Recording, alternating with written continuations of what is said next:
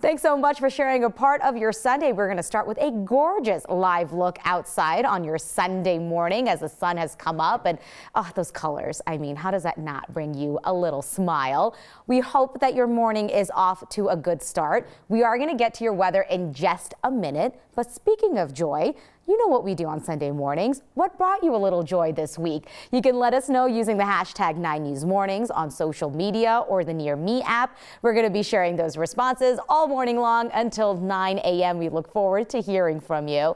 What is definitely joyful is the news that Keely has been bringing all day about how gorgeous it's going to be today. I tell you what, we've got beautiful weather today. We've got sunshine, warm temperatures. It's a great way to wrap up the weekend. But the other great news is we have more snow in the forecast, and that is great news, especially for the mountains where we're going to get a lot of snow up there. But let's take you outside right now. We'll talk about this morning where it is beautiful out there. Certainly a cold start to this Sunday. We're at 32 degrees out there right now. The wind's out of the south, right around 13 miles per hour.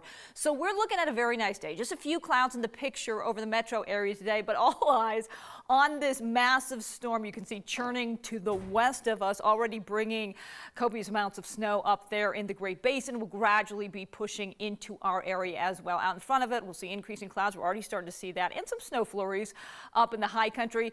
But again, the storm really doesn't make its way into our area until tomorrow, starting with the mountains and then gradually pushing to the east. Today, though, mostly sunny skies. We're going to make it up to 60 degrees for a high here in the metro area. A little bit breezy with those winds at times gusting up to 20-25 miles per hour. Overnight, temperatures are going to drop down to about 32 degrees. Tomorrow, partly sunny, 52, so very nice before the snow moves in. The snow moving in right around 8:30 here in the metro area, but earlier, pretty much all day long up in the mountains. We'll talk more about the snow and the winds coming up in your full forecast.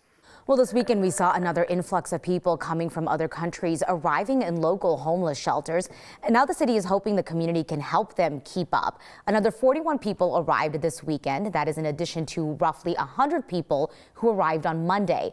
So the city set up a donation drop-off location at Iglesia Ciudad de Dios on Warren Avenue in Denver. The city says they need adult clothing in sizes small, medium, and large. There's also a special need for size medium in men's and women's clothing, as well as winter clothing. You can drop off donations Tuesdays and Wednesdays from 4 p.m. to 7 p.m.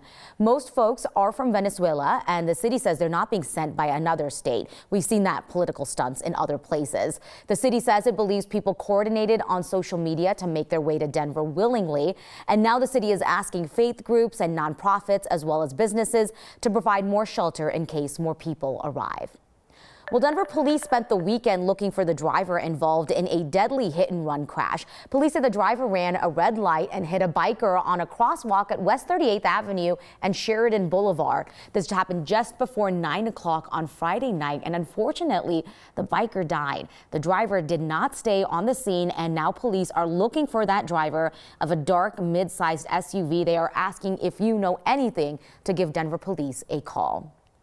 What started as a welfare check and a worried family calling police unveiled a triple homicide in Aurora this weekend. Police said 3 people were found dead inside a home on South Evanston Street.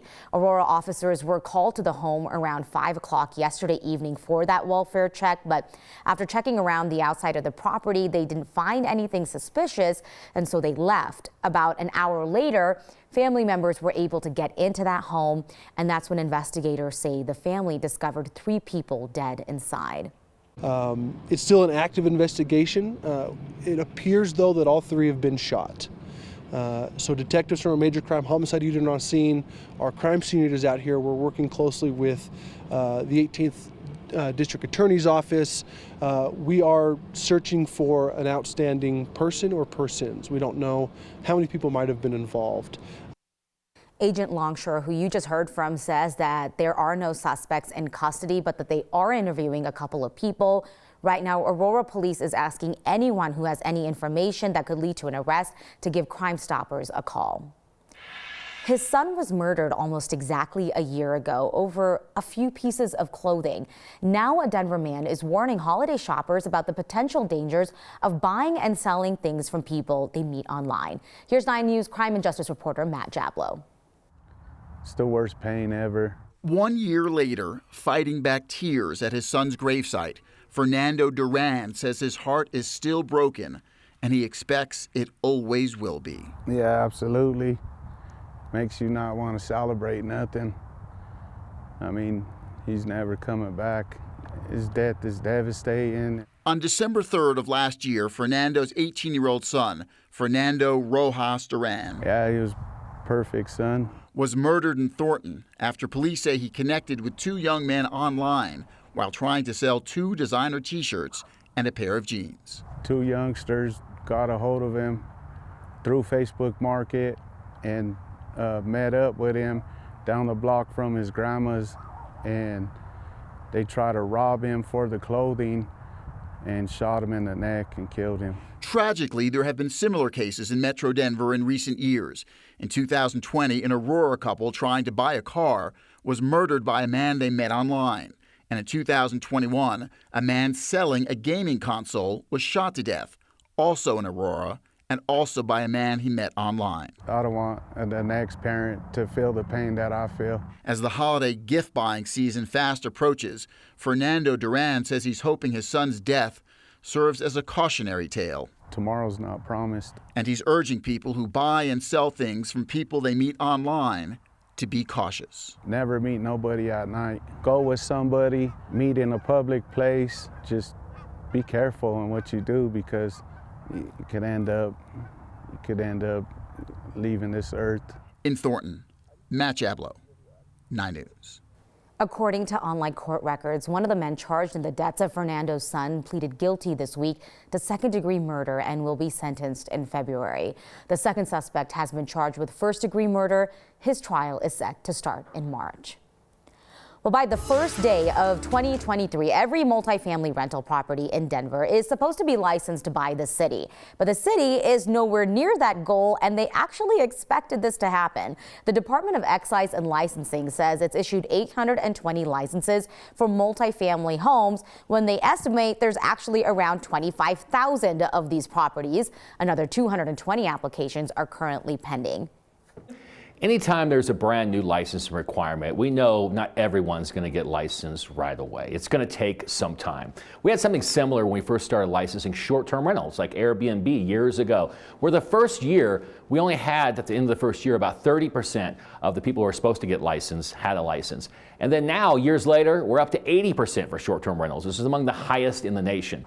So despite that lower number, inspection companies are saying they've been super busy with landlord calls. Licensed properties have to pass inspections before they can get approved. In a world of data leaks and hackers on the internet, the need for cybersecurity workers is very much in high demand. But like so many industries, there's not enough people working in it. According to a cybersecurity workforce study last year, there's a shortage of 2.7 million cybersecurity professionals. MSU Denver is hoping to change that through competitions where middle and high schoolers are competing in cybersecurity challenges. 9 News reporter Courtney Yoon is showing us how this program is addressing both demand as well as diversity. Yes, they're right here. Virtual spaces are intimately intertwined with our lives. And now we just wait. Okay. Whether it's at work or at home, we all have data online that needs protecting. Deleting unauthorized users, finding backdoors, or deleting malware from the computer. So it's stuff like that. 16-year-old Riley Harrington is learning to be a cybersecurity expert. The first is find the IP address of a new user. She's a junior at Devlin High School and has been on the all-girls Cyber Patriot team since the 7th grade. I find it super fun and interesting. I do like programming and more just the defending the systems. Today they're at Metropolitan State University of Denver. We're gonna kill it today, guys. Working together in a national Cyber Patriot competition. It's a way for them to work in teams. It's a way for them to interact with their systems in creative ways. Professor of Criminology Jeff London says there's a shortage of cybersecurity professionals. What? And the need grows each day as cyber attacks continue to evolve and increase. In America right now, we have about 700,000 unfilled positions that pay extremely well. Females in general are badly needed in the field of cybersecurity right now. You have to unhide it, and then you have to go into it and find another hidden thing inside of it. Riley says alongside her friends and teammates, she's found a passion she hopes will also become her future career. It's interesting to learn about the different types of techniques to use and kind of what you're looking for and how to solve problems that you find. Thanks to Courtney for that story. 3 teams were competing yesterday. The virtual simulation lasted about 5 hours, wrapped up around 5 o'clock last night. The girls are hoping their hard work will bring them to the semifinals. Well, the Broncos are back on the field today, and we want to see your Broncos pride. Send your pictures our way. We're going to be sharing them throughout the morning.